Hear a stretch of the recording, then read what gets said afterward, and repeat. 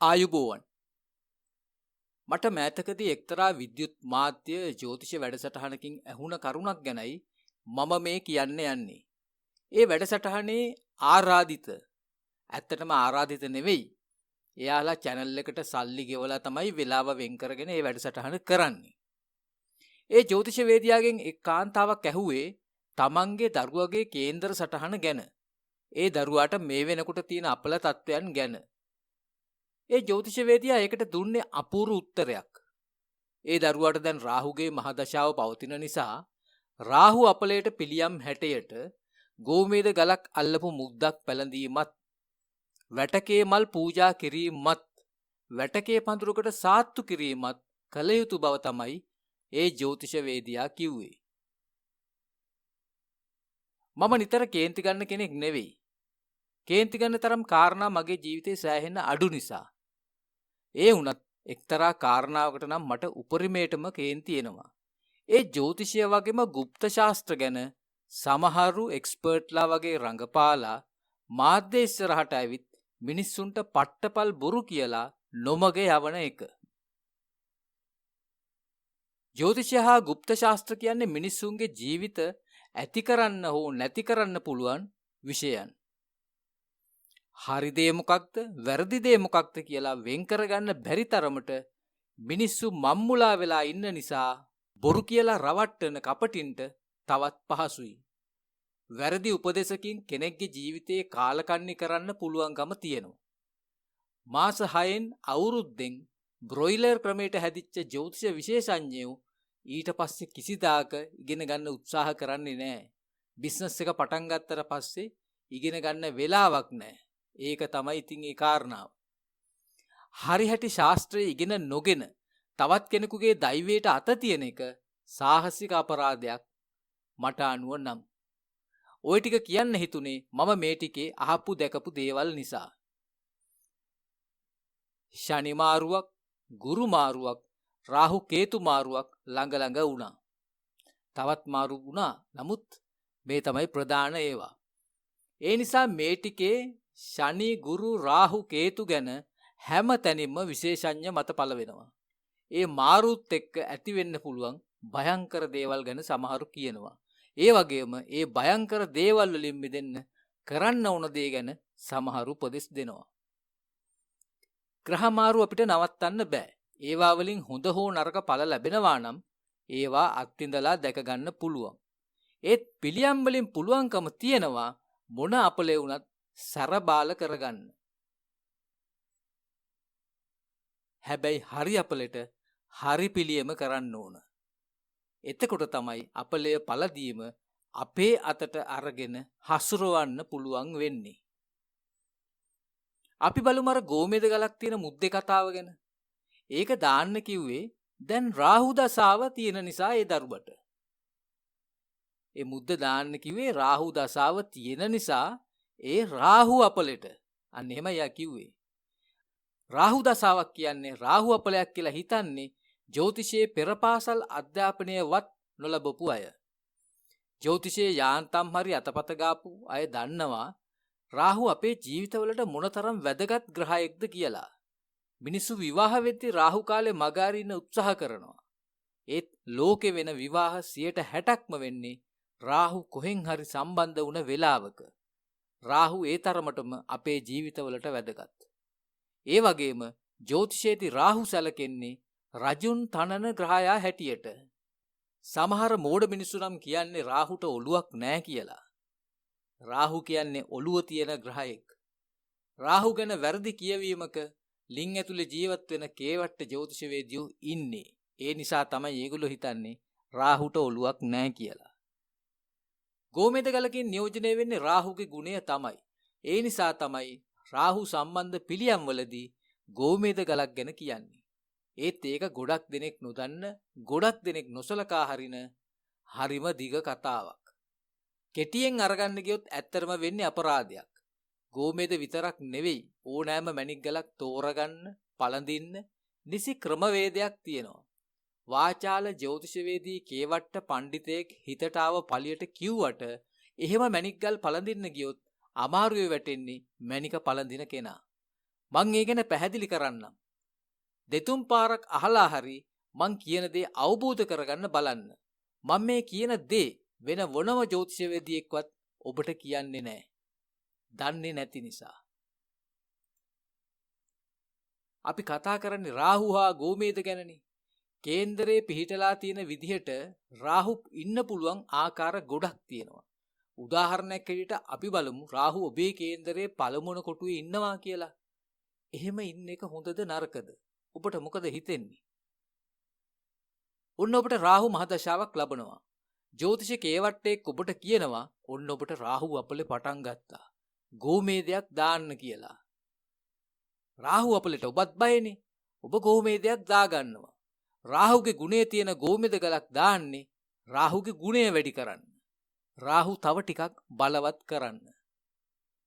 දැන් බලමු එකේ ඉන්න රාහු කොහොමද පළ දෙන්නේ කියලා. මං කියන්නේ මේ ගෝමේද ගල දැම්මට පස්සේ රාහු තවත් බලවත් කරාට පස්සේ ඉස්සෙල්ලම කඩා වැටෙන්නේ ආර්ථිකය. හේතුව තමයි එකේ ඉන්න රාහු දෙකෙන් කියන ධනය නැති කරන එක. නිසි කළමනාකරණයක් කරන්නේ නැහැ. මුදල් හම්බ කිරීම, ඉතිරි කිරීම ගැන කිසිම ප්‍රතිපත්තියකින් තොරව කටයුතු කරන්න පෙළඹෙනවා. ඉස්සරහට එන අවදානම දකින්නේ නැහැ. නීති විරෝධී වැඩවලට පවා මුදල් යොදවන්න හිත යනවා. ඊටාම සුළු පෙළඹවීමකින් පවා. සූදු ගැනත් එහෙමයි. සමාජ විරෝධී වැඩ ගැනත් එමමයි. ඒ වැඩවල නිකන් යෙදෙනවා නෙමෙයි. අතේ තියෙන සොච්චම හරි වේදම් කරලා නාස්ති කරනවා. විවාහක කෙනෙක් නම් ප්‍රශ්නය තවත් බරපතලයි. අමාරුවෙන් හරි හම්බ කරන එක දෙන්නේ ගෙදරට නෙමෙයි පිටට. අනියම් කාරණාවලට මුල් තැන දෙන්න හිතන නිසා. හැබැයි තමන්ගේ සහෝදර සහෝදරියන්ට නම් ස්වීප් එකක් ඇදුනා වගේ. එයාලට හරියනවා. එහෙම කෙනෙක් පිටරට යන්න හිතාගෙන හිටියනම් ඒ හීනේ හරියනවා. මුස්ලිම් රටකට යන්න හිතුවනම් අනිවාර්යම අවස්ථාවක් එනවා. ඒ සහෝදර සහෝදරියන්ට. අම්මා රස්සාවක් හරි ව්‍යාපාරයක් හරි කරගෙන හිටියනම් ඒවා සාර්ථක වෙනවා තිබුණට වඩා. එහෙම දේවල් තිබුණේ නැත්තම් අලුතෙන් පටන් ගන්න අවස්ථා උදා වෙනවා. දැන් මේ අපි කතා කරන්නේ ගෝමිද ගලක් දාන එක ගැන. එහෙම නැතු රාහු එකේ ඉන්නකොට ওই දේවල් වෙන්න ඉඩ තියෙනවා. හැබැයි ගෝමේදේ දැම්මහම තත්ත්වය වෙනස්. නිකන් ඉන්න රාහු වැටෙන්න ගහනකොට ගෝමේද එක්ක ඉන්න රාහු මැරිලා වැටෙන්න ගහන්නේ.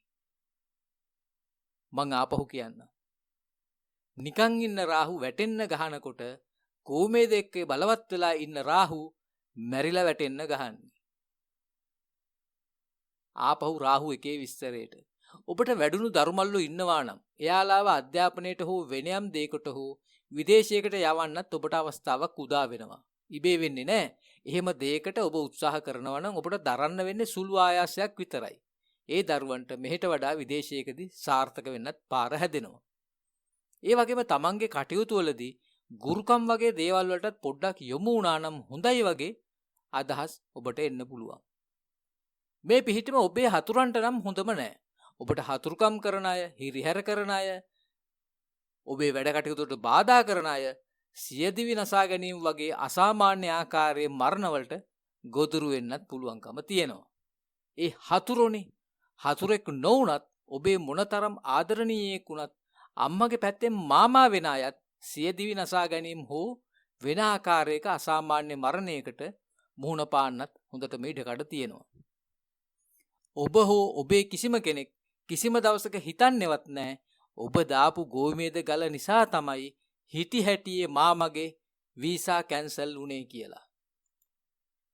ගෝමේද ගල දාන්න කියපු කේවට්ටයා දන්නෙත් නැහැ එහෙම වෙන්න පුළුවන් කියලා. හැබැයි කාරණාවට හේතුව ඒක. හොඳම හරිය එන්නේ දැන්. ගෝමේද ගල දාපු ඔබ බරපතල ණය උගුල් වල හිර වෙලා සියදිවි නසා ගන්න උත්සාහ කරන තැනටපත් වෙන්න පුළුවන්. විශ්වාසෙන් දාගත්ත ගෝමේද ගල නිසා තමයි මෙහෙම වුණේ කියලා ඔබට හිතන්නවත් අවස්ථාවක් නැති වෙන්නත් පුළුවන් බොහෝ විටම. මම මේ කියන කිසිම දෙයක් ආවට ගියට කියන ඒවා නෙවෙයි. පැහැදිලි ජ්‍යොතිෂ සිද්ධාන්ත අනුවමයි කියන්නේ. ඒත් මන් දන්නවා ඔබ ඒක විශ්වාස කරන්නේ නැහැ කියලා. ඒ නිසා ඔබට තේරුම් ගන්න පහසු වෙන්න ඔය අන්තිමට කියපු කාරණාවට අදාළ ජ්‍යොතිෂමය සිද්ධාන්තය පැහැදිලි කරන්න. කෙටියෙන්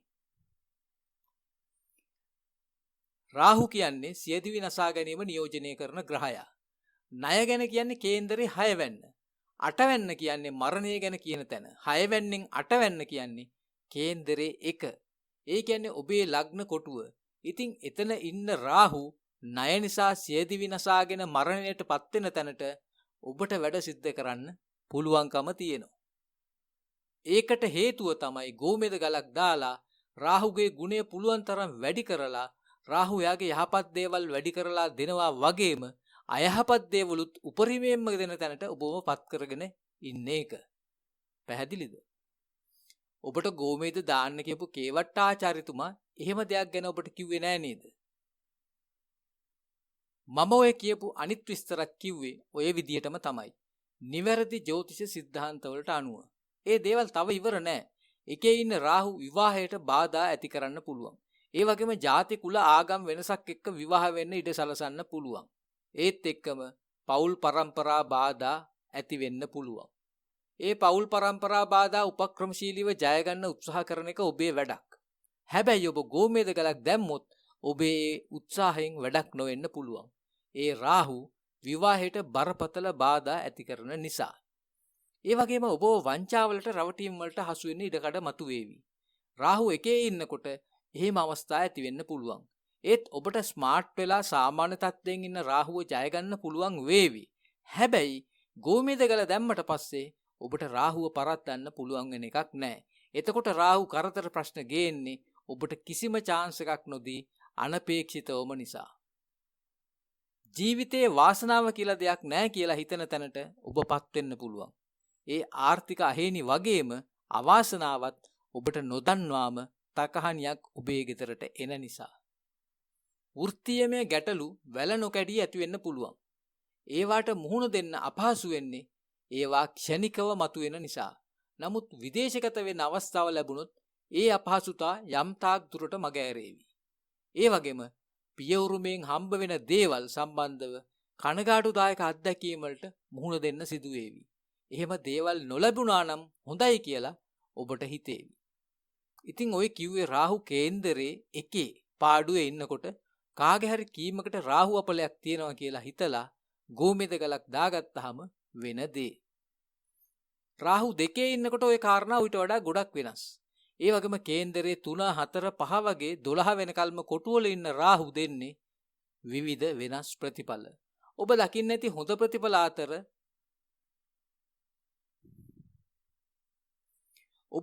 ඇති හොඳ ප්‍රතිඵල අතරින් පතර ගේනවා. ඒ එක්කම හරියට තියෙන්නේ අයහපත් ප්‍රතිඵල. ගෝමෙද ගලකින් රාහුගේ ගුණය වැඩි කළාට පස්සේ ඒ සේරම උපරිමව ලැබෙන්න ගන්නවා. යහපත් දේ උපරිමව හම්බ වෙන එක හොඳ දෙයක්. ඒත් අයහපත් දේ උපරිමව ලැබෙනවා කියන්නේ අතිශයින්ම භයානක අත්දැකීමක්. දැන් අර වැටකේ ගහ සම්බන්ධ කතාව බලමු. රාහු අපලට ලැබෙන උපදෙස් තමයි වැටකේ මල් පූජා කරන්න, වැටකේ පඳුරකට සාත්තු කරන්න කියන එක. වැටකේ ගහයි වැටකේ මලයි නියෝජනය කරන්නේ රාහුගේ ගුණය. කේන්දරෙන් අපිට හොයාගන්න පුළුවන් රාහු ක්‍රියා කරන්නේ මොන විදිහටද කියලා. මම ඉස්සෙල්ලා රාහු එකේ ඉන්නකොට කොහොමද කියලා කරපු විස්තරෙන් දකින්න ඇති එහෙම යහපත් හෝ අයහපත් කියලා තීරණය කරන එක අසීරු බව. ජීවිතේ පැතිකඩ කීපයකට යහපත් වෙනකොට තවත් පැතිකඩ ගණනාවකට අයහපත් ඵල දෙනවා. ඒ නිසා යහපත් අයහපත් ඵල දෙකම දෙනවා කියලා තමයි තීරණය කරන්න වෙන්නේ. ඒ දෙකම ඔබට ලැබෙනවට ඔබ කැමතිද? හැබැයි ඔබට රාහුගේ බලපෑම පාලනය කරන්න පුළුවන් වැටකේ පඳුර හරහා. ඒක කරන්නේ මෙහෙමයි. රාහු දෙන්නේ නරක ප්‍රතිඵල විතරයි කියලා තීරණය කළොත් වැටකේ මල් පූජා කරන එක හරි. පූජා කළාට පස්සේ ඒවා ඇති පූජාව ලැබපු කෙනාට. ඒකෙන් සංකේතවත් වෙන්නේ රාහුව තමන්ගෙන් ඈත් කරලා වෙන තැනක තියෙන එක. තමන්ගේ ජීවිතයේ යම් විශේෂ පැතිකඩක් රාහුගේ බලපෑමෙන් යම් තාක් දුරකට හෝ නිදහස් කරගන්න පුළුවන්.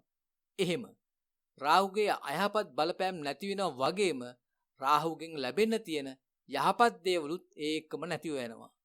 ඔබ අකල් මරණකින් බේරුණාට ඔබේ රස්සාව හෝ විවාහ ජීවිතය නැති වෙන්න පුළුවන්. ඒ වගේ වැටකේ පඳුරකට සාත්තු සප්පායම් කරලා කරන්නේ රාහුට සාත්තු සප්පායම් කරලා ගෙදර මිදුලේ තියාගන්න එක. රාහුට සාත්තු සප්පායම් කරලා ගෙදර මිදුලේ තියාගන්න එක. ඉතින් අර පාඩුවේ ඉන්න රාහුව වැටකේ පඳුරක් හරහා ඇඟේ දාගත්තාම වෙන දේ මම අමුතුවෙන් කියන්න ඕන නෑනේ. ඒකෙන් රස්සාව විවාහය සාර්ථක කරගන්න පුළුවන් වුණාට අකල් මරණයකට අතවනනවා වෙන්නත් පුළුවන්. දැන් ඔබ දන්නවා වැටකේ මල් පූජා කළාම වෙන දේ වගේම වැටකේ පඳුරකට සාත්තු කළාම වෙන දේ. දෙකෙන් වෙන දේ අහසට පොළොව වගේ වෙනස්. ඉතින් මේ දෙකම එක විට කරන්න කියලා උපදෙස් දෙන කේවට්ට රාලලා මොන જાතියේ සත්ත්ව කොට්ටාශයක් වෙන්න පුළුවන්ද? මිනිස්සයෝ නම් වෙන්න බෑ. ඇත්තටම අපල සම්බන්ධව කතාව තව දිගයි. රාහු ගැනනේ අපි මේ කතා කරන්නේ. යහපත අයහපත දෙකම දෙන නිසා රාහුව ඈත් කරලා තියෙන එකත් වැඩිය ලං කරගන්න එකත් දෙකම අවාසි. ඒ වගේම නුවණට හුරු නෑ. වඩා හොඳ දේ තමයි කේන්දරයේ නිරීක්ෂණය කරලා රාහුව යම් පාලනයකට නතු කරලා අපිට හානියක් කරන්න බැරි වෙන තැනට අපිට අවශ්‍ය විදියට සැරබාල කරන එක. අම්මා ගාවදී ඕනම චණ්ඩියෙක් සරෙන්ඩර්. වලිගේ කකුල් දෙක අස්සට යවෙන්නේ ඉබේම. චන්ද්‍රයා තමයි ග්‍රහලෝකේ අම්මා. චන්ද්‍රයා තමයි ග්‍රහවලල්ලේ අම්මා. ඒ නිසා චන්ද්‍රයා එක්ක ඉන්නකොට රාහු යම් පාලනයක ඉන්නේ. කේන්දරයේ පිහිටීම අනුව තීරණය කරන්න ඕන කොහොමද රාහුව චන්ද්‍රයාට බාර දෙන්නේ කියලා. කේන්දරයෙන් තමයි සම්බන්ධයක් හදන විදිය තීරණය කරන්න ඕන. වැටකේ මල් ගඟට දානවද? වැටකේ පඳුරක් ගඟට දානවද?